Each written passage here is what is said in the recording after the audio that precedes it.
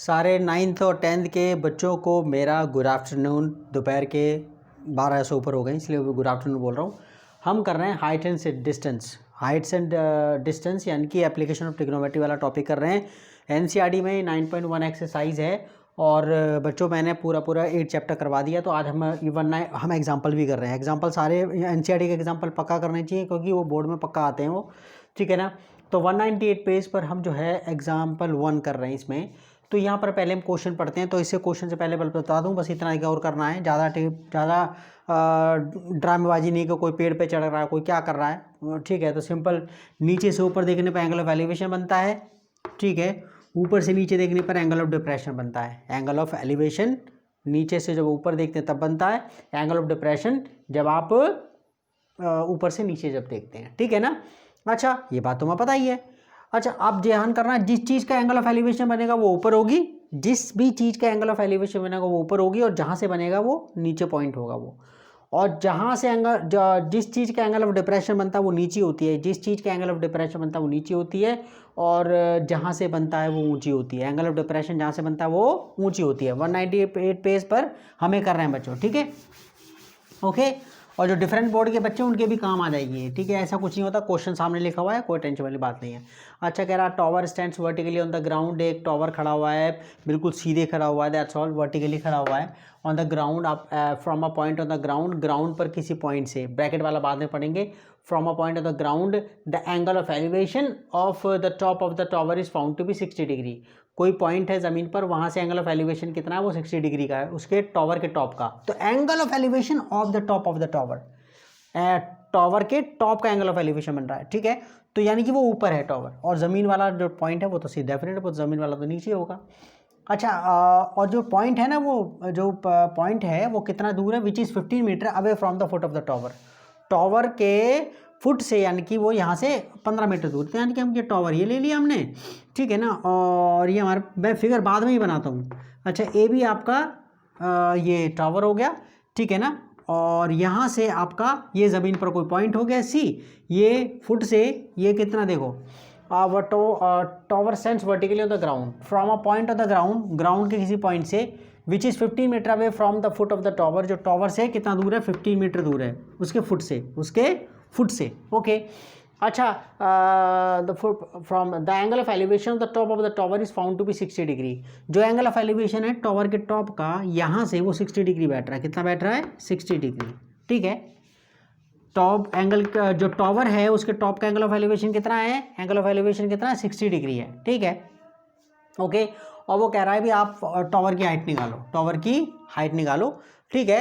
तो यहाँ पर हम जो सॉल्यूशन में लिख देते हैं, पहले तो let A B the height of the tower, height, ठीक है ना, height of the tower, that's all, ठीक है। Let C be the point on the ground, ठीक है, ऑन द ग्राउंड, ठीक है। तो हमारे पास सीधी सी बात है, इसमें हमारे पास BC कितना हो गया, देयरफॉर बच्चों BC कितना हो गया, 15 मीटर हो गया, ठीक है। और एंगल ACB कितना हो गया, 60 डिग्री का, 60 डिग्री का। क्या निकालना है आपको निकालना है AB का मेजरमेंट, ठीक है ना। आपको AB की वैल्यू निकालनी है, दैट्स ऑल, ठीक है। ये 60 डिग्री है, तो हमारे पास, ठीक है। अब हमारे पास ध्यान करना, हमें ये निकालना है, और जो दे रखा है ये, तो यहाँ पर आपको ये बेस हो गया और ये परपेंडिकुलर। आप हो गए बेस और परपेंडिकुलर, ऐसे कैसे डिसाइड करोगे आप, ऐसे कोई नहीं कि ये जो हॉरिजॉन्टल में बेस हो गया और ये हो गया तो परपेंडिकुलर हो गया, ऐसे नहीं।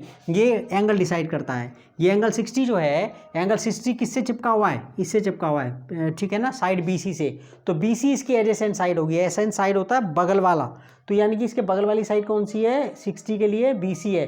तो ये BC जो है बेस हो गया, और उसके सामने वाली कौन सी साइड है, वो AB, वो आपका परपेंडिकुलर हो गया, ठीक है।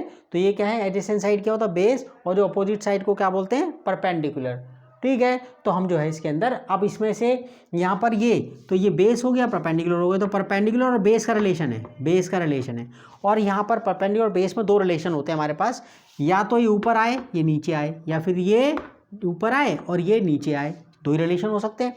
तो परपेंडिकुलर अपॉन बेस हमें पता है 10 होता है, परपेंडिकुलर अपॉन बेस 10 होता है। 8 चैप्टर देख लेना, बहुत ज़बरदस्त करवा रखा है, पहले 8 चैप्टर करे बगैर आपको 9 चैप्टर समझ में नहीं आएगा।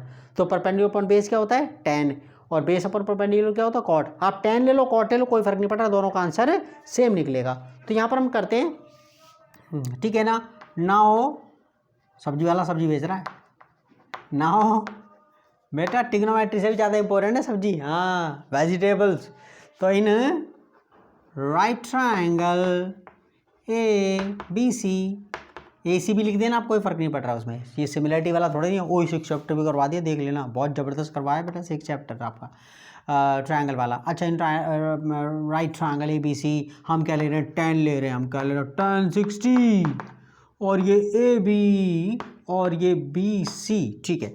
10 60 कितना होता है √3, ए बी पता ही नहीं है जी हमें, वैल्यू कहाँ पता, बी सी पता है हमें, ये 15 मीटर है, इसके नीचे 1 लगा सकते हैं, ओके किसी भी नंबर के नीचे 1 लगा देते हैं। क्रॉस मल्टीप्लिकेशन कर रहा है ये इससे, ए भी तो 1 से हो गया, तो कितना हो गया, ठीक है ना, ये कितना हो गया 15 √3 मीटर, ओके। तो आंसर आपका सही है, आप लिख देना therefore height of the tower equal to ठीक है 15 × √3। अगर आप कॉट लेके करते तो, ठीक है ना, यहाँ पर अगर आप कॉट लेके करते तो कॉट 60 इक्वल टू, कॉट क्या होता है बेस, आपका base upon perpendicular, base upon perpendicular, ये ओके, बेस अपॉन परपेंडिकुलर। ये कितना कॉट 60 कितना होता भाई, ये 10 का उल्टा होता है, तो हमारे पास कितना आता फिर वो, ठीक है ना, कॉट 10 60 होता है √3, तो वो होता है 1/√3। तो हमारे पास मैंने टेबल का याद करने का तरीका बता दिया, वो देख लेना आप जो है इसके में, ठीक है ना, प्लेलिस्ट में जाके।